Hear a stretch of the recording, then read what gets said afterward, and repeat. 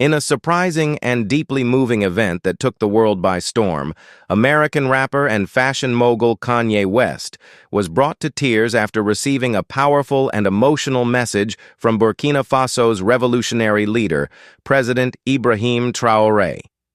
The incident, which occurred privately at West's Wyoming ranch but quickly found its way to the public, has left fans, political analysts, and music lovers in awe, wondering what kind of message could evoke such a heartfelt reaction from one of the most iconic and often stoic figures in American pop culture. How it all began. It started with a simple documentary. According to close sources, Kanye West had been quietly watching documentaries on African revolutions and leadership. After the death of his mother, Donda, and several personal struggles, including a controversial presidential bid and public breakdowns, Kanye had turned inward, focusing on spirituality, philosophy, and global Black liberation movements. Over the past year, he had reportedly been reading books on Thomas Sankara, Marcus Garvey, Malcolm X, and the new generation of African leaders. One name that stood out to him was Captain Ibrahim Traoré, the young and fearless president of Burkina Faso, known for standing up to Western imperialism and calling for a new Pan-African era. "He was moved," said one of West's longtime friends and collaborators, who asked to remain anonymous. "You kept saying, 'This man is doing what no one else has the courage to do. He's like a modern-day David facing Goliath.'" In late May 2025, Kanye reportedly reached out to the Burkina Faso embassy in Washington, D.C., expressing a desire to connect with President Traoré, not for publicity, not for music, but simply to understand. Weeks passed with no response. Then, out of the blue, Kanye received a package. According to verified reports, the package contained a handwritten letter in French with an English translation from Ibrahim Traoré himself, a USB flash drive, and a small handcrafted gift from Burkina Faso's Mossi tribe. The message, now partially leaked online, was deeply poetic. Traoré acknowledged Kanye's influence on global youth, his struggles, his rebirth, and his unique place in Black history. But it was one paragraph that truly broke Kanye down. "You have walked through fire, brother, and though the world often laughs at your scars, I see in them the story of resistance. You are not crazy. You are not broken. You are simply ahead of your time. The West may not understand you, but Africa watches with open arms." Kanye, who was alone at the time except for a documentary crew filming his personal journey, reportedly burst into tears, sobbing for nearly 20 minutes. The footage, still unreleased, was described by insiders as the most vulnerable moment Ye has ever allowed to be recorded. The USB flash drive contained raw footage from inside Burkina Faso. School children reciting poems about freedom, farmers singing songs about sovereignty, and war-torn villages rebuilding under Traoré's new policies.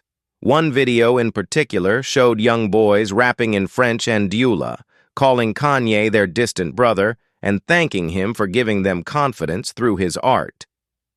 "This is my Grammy," Kanye reportedly said, holding the USB stick in his hand.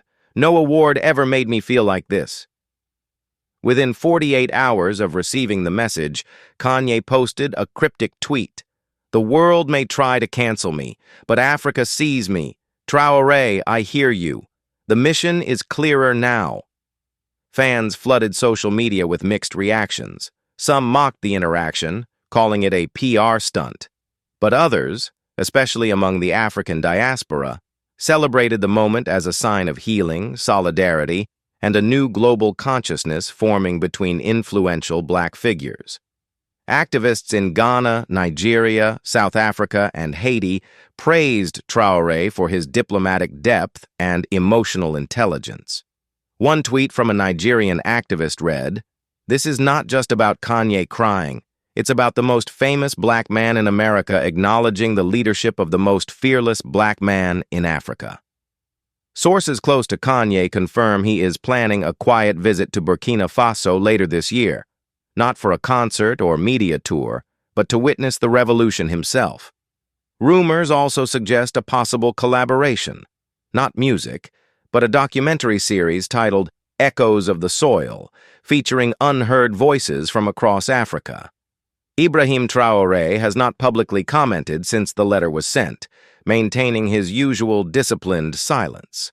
But insiders say he was deeply moved that his words had such an impact. For Kanye, it seems this moment marked a turning point. "He's found a new purpose," said a member of his team.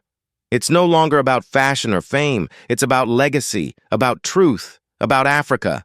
In a world saturated with celebrity scandals and political theatrics, the quiet emotional exchange between Kanye West and Ibrahim Traoré may go down as one of the most surprising and authentic international moments of 2025.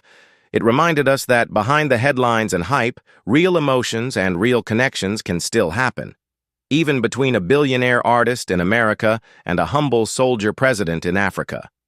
Sometimes all it takes is a letter.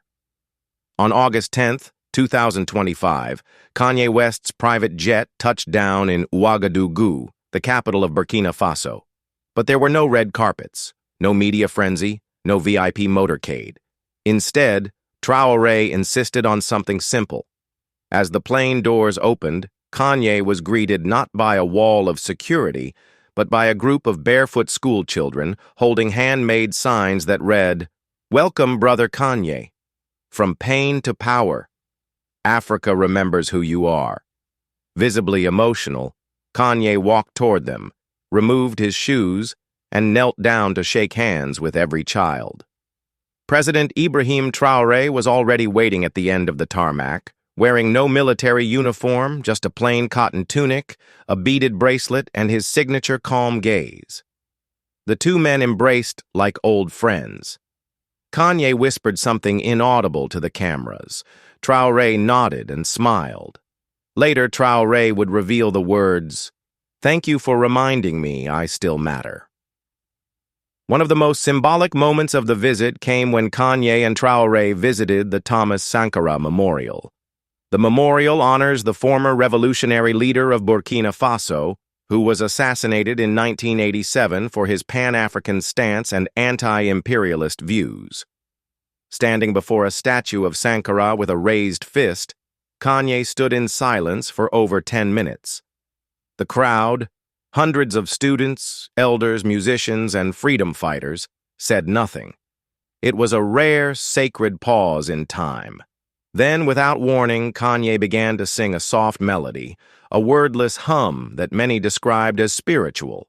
Later, he said it was a tune he had heard in a dream weeks earlier after receiving Traoré's letter.